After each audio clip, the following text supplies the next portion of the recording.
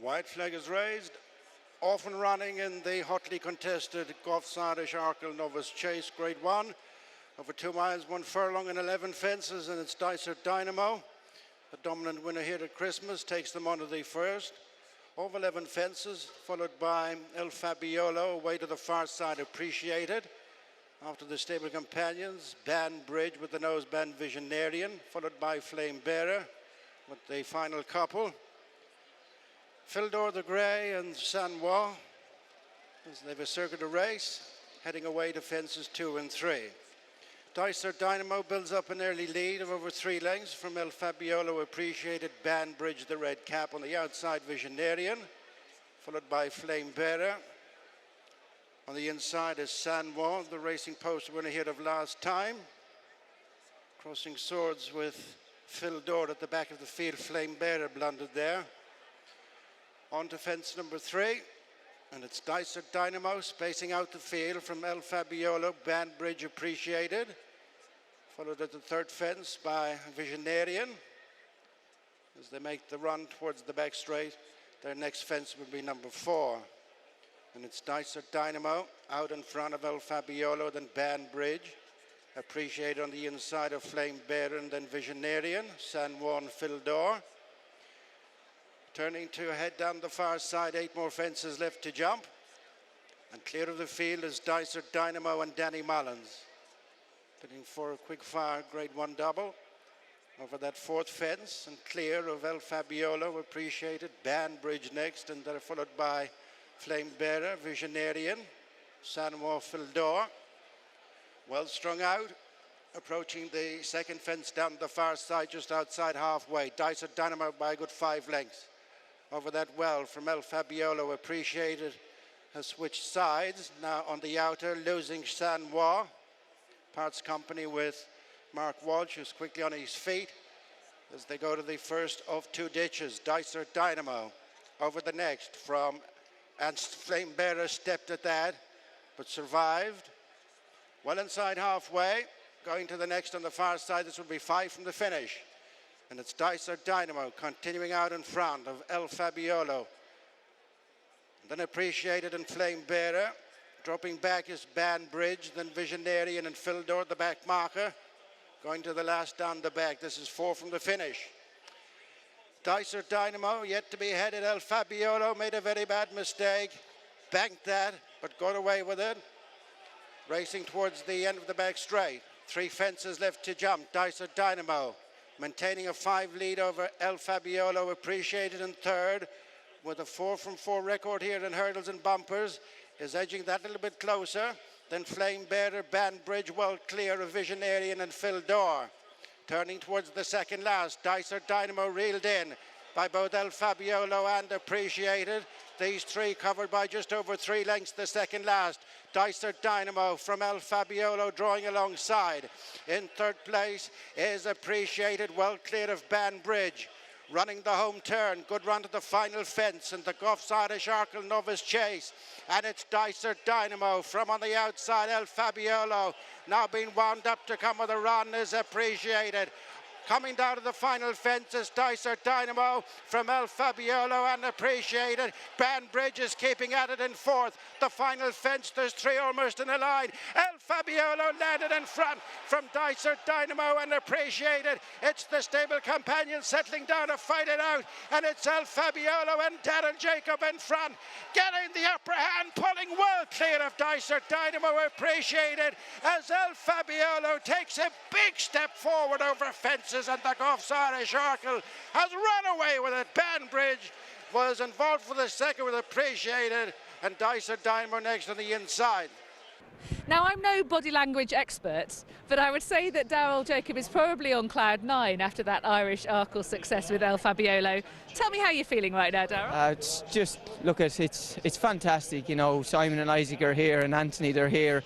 It's a big weekend for us. First ride, you know, it's obviously the first time I've ridden him on the track, but you know, I've ridden him an awful lot at home, and as everyone knows, I've always held him in very, very high regard, and you know, I knew he'd improved an awful lot from last year, and I was looking forward to him going chasing. Didn't think I'd get to ride him, but when the opportunity came to ride him, you know, I couldn't believe my luck, and But look, it's just the role that I'm playing with Simon and Isaac now. I'm filling in the gaps. I'm, obviously not getting any younger, but, I think I'm very, very privileged, and I'm in a very, very good position that I get to come and sit on some wonderful horses like this. And, it's a huge team effort, but, I mean, that was definitely one of my biggest thrills that I've ever had. And I think if the only one that, Score will do that now tomorrow. And I tell you one thing, I don't think you'd see me come back from the moon from a while.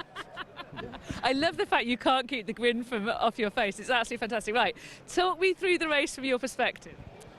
Very, very comfortable. Obviously, I knew Danny was going to go hard. And originally, I just wanted to jump my lad out. I didn't want to give him a head start, but I wanted to make sure I could get my lad settled. And to be fair, he just inexperienced and stuff. And I think the more he races, the more he's going to settle down. He's a very, very inexperienced horse. We went a strong gallop there, but I was always in my comfort zone. Jumped great, and I just got him in slightly deep into the first down to the back because I just wanted to check his momentum just a fraction. And once I've done that, he's relaxed and jumped great the whole way down the back straight. And I think it was 4 out or something like that. I wasn't my best moment in the saddle, but he got over that. He came out my hands at 3 out, and then I managed to get a nice breather in from 3 to 2. And then I could feel him again when the horses were around me, when Danny was around me, I could feel him coming back alive underneath me again. And then I've come into the home straight, I got a nice lead into the home straight, and then actually it was a loose horse. I didn't realise it was a loose horse. I thought it might have been Appreciate it was coming to me. And I've asked him to go and seal the deal, and he was very, very professional. But I knew he'd stay as well, because he's got a very, very high cruising speed, but there's a lot of stamina in there as well, So all in all, his jumping's improved then quite a bit from the first round. I don't think it was bad, but there were a couple of times when he wasn't fluent. I spoke to Paul beforehand, and Paul's been brilliant to me. We all work together, we work hard, and had a good chat. I studied obviously his runs over hurdles and his last time. And I think, to be honest with you, he was probably just a little bit fresh with Paul on his first time at Fairyhouse, and the ground is very, very deep that day, and he probably just took, maybe at 1 or 2, he probably just took his eye off the ball a little bit. But like you say, he was very, very professional the whole way around there. But I knew he would be. He's a big, strong, powerful horse, and he's always been a very, very athletic horse. And why are you blaming yourself for 4 out? Well, I gave him a squeeze, and he said no thanks. It's very honest of you, which you can be after you've won a race like that. The depth of that race, though, I mean, what a fabulous novice chase you've just won. Look, I've been very, very lucky. I've ridden probably some of the top 2 milers during my career. And that lad feels right up there with the very best of them, and he's a novice. Look, I think he's hugely exciting. Leopardstown have done a great job with the ground, with the water, and and I just think, and I generally believe, I think the more racing he gets, the older he's going to get, the more he's going to mature. And I'm just really excited for Simon, Isaac, Anthony, Willie, Paul, and the whole team. That please God, they've got a really exciting 2-miler on their hands. And there wasn't much between him and John Bunn at Aintree, was there? No, there wasn't. Obviously, I know John Bunn. I go into Nicky's every week. I see John Bunn very, very regularly. I know he's improved since he went over fences, and Nicky's very, very happy with him. I know this lad has improved an awful lot. So I think it's going to be really interesting. Yeah, it's going to be. It was looking like a one-sided day the first day of Cheltenham, and now it isn't at all. Tomorrow, you said it's going to be a big weekend for you and Simon and Isaac. Run me through them. Well, who do you want to start with? James de Burley? I think James, yeah. Look, he was very, very good with me at Fairyhouse. First run for an awful long time. I thought he jumped, he attacked his fences there. I thought he was very, very good. Went away, and he done it nicely enough. We'd had a real nice blow after that. I know he's come on. I've sat on him since then. He's come on. He's come on from the run. But again, it's a hell of a race, isn't it? You know what I mean? There's 3 or 4 of them in there. It's and any one of them could win.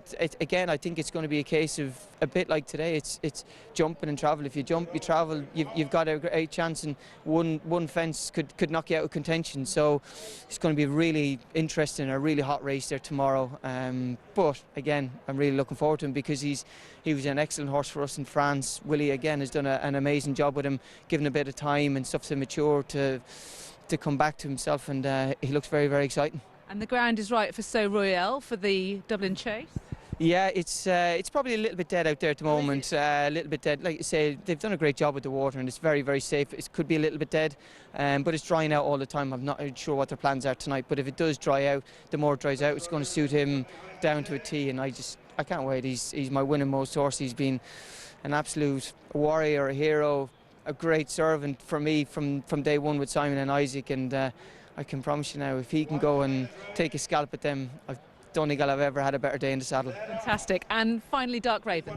Again, I've ridden him a few times at home, never ridden him in a race, 3 from 3, but hey, we've got a really, really good one we've got to try and beat there. But look, it'd be lovely if he could run a big race there tomorrow, and we'd be all very, very happy. Well, Road to Cheltenham fans know that you made no secret of what you thought about El Fabiolo. He's now gone and proved it. We're utterly delighted for you, Daryl. I'll let you carry on grinning for the rest of the day. Thank you very much, Leila. Watch live racing now on racingtv.com.